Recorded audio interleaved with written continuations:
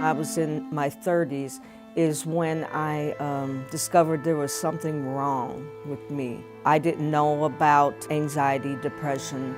I had never heard of it. This feeling that I was having was just happening to me and nobody else. And it was my deepest, darkest secret. And I was afraid to tell anybody because I thought that that would make them see it more. So it was like being in a prison. It was like constantly walking around with this mask.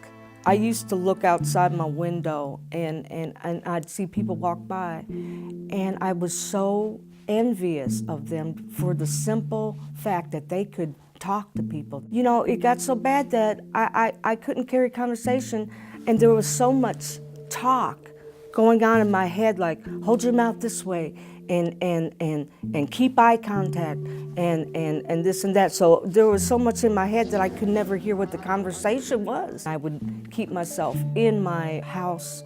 I couldn't go to work. I couldn't, open the curtains. I was in a self-made prison, and I wanted to kill myself.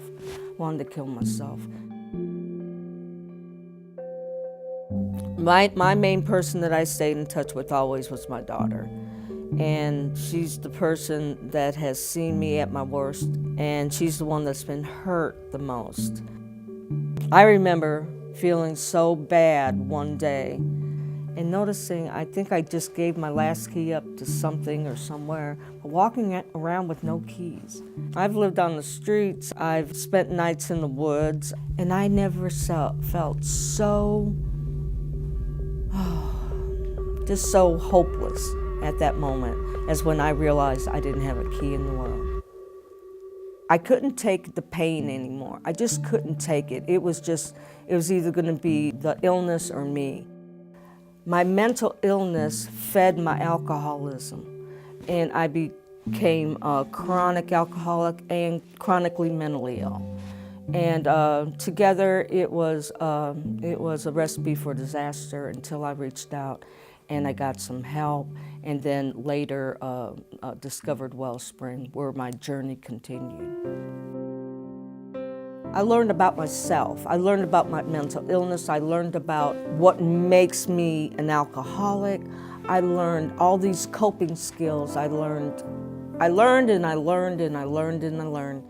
If it wasn't for Wellspring, I would be feeling useless, feeling that every minute of the day is a struggle. I wouldn't be sitting here, telling people about my success story. It was just, I had a life. I could get a job. I could talk to people. That was the best part about it, is just talking and smiling, because I've always been a people person, and I miss that more than anything, was just the art of conversation, Our relationship is strong. I'm her mom again. She can come to me. She's always my little girl. I'm always her mom. And wow, what a difference that makes for her. I could not have this relationship with her without, what I went through with Wellspring. It just wouldn't be there. Let's just say this, from the bottom of my heart, I would not be happy today. I would not be happy. I'd be back in my misery and in my prison, self-made prison again. And I may be dead. I may be dead, because it's pretty dangerous out there. My proudest moment was when I actually was employed by Wellspring.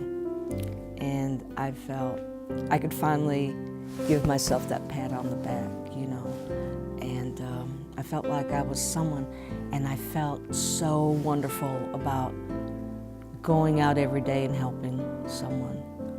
I don't know about the proudest, but that sure was one of the happiest moments. I personally know how important it is to have that hope. It all began here at Wellspring.